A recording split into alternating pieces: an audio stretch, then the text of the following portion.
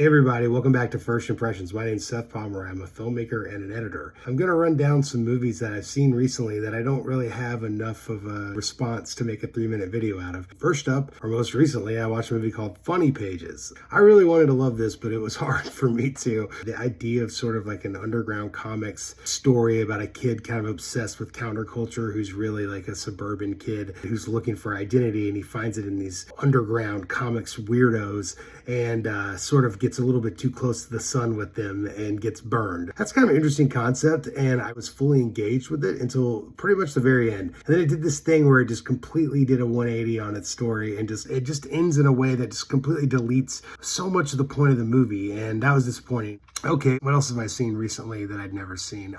Murder by Contract, which is really fucking awesome. That's a great film noir movie that's about a hitman who's sort of, wants to be a hitman. He's got the right demeanor for it. He demands to be recruited by this guy that I guess he knows does this kind of work, and he becomes a seasoned killer and very good at it. And then he gets hired by these two guys to come kill someone who is going to testify against their client. So he comes up to Los Angeles. He's never been here before, and he basically is like, yeah, I'll do the work in the last day. I want to do all this fun shit, like go to the beach and drive around. It becomes sort of a comedy film to a certain degree, where it's sort of these two guys bitching about whether or not this guy is going to actually do anything or not. And then the guy sort of like tight-lipped and being a cold-blooded killer, but a charming cold-blooded killer. And then every now and then he'll have a speech, and the speech will be like, you think you know something about people? You don't know nothing about people. The kind of people I've seen, they change people's lives. They tear people's lives apart. It doesn't matter to me. I'm hired to do a job. He talks like this the whole movie. So that is like the fucking best. When he starts going on one of those rants, you're like, hell yeah, this guy rules. The film from that point on becomes kind of a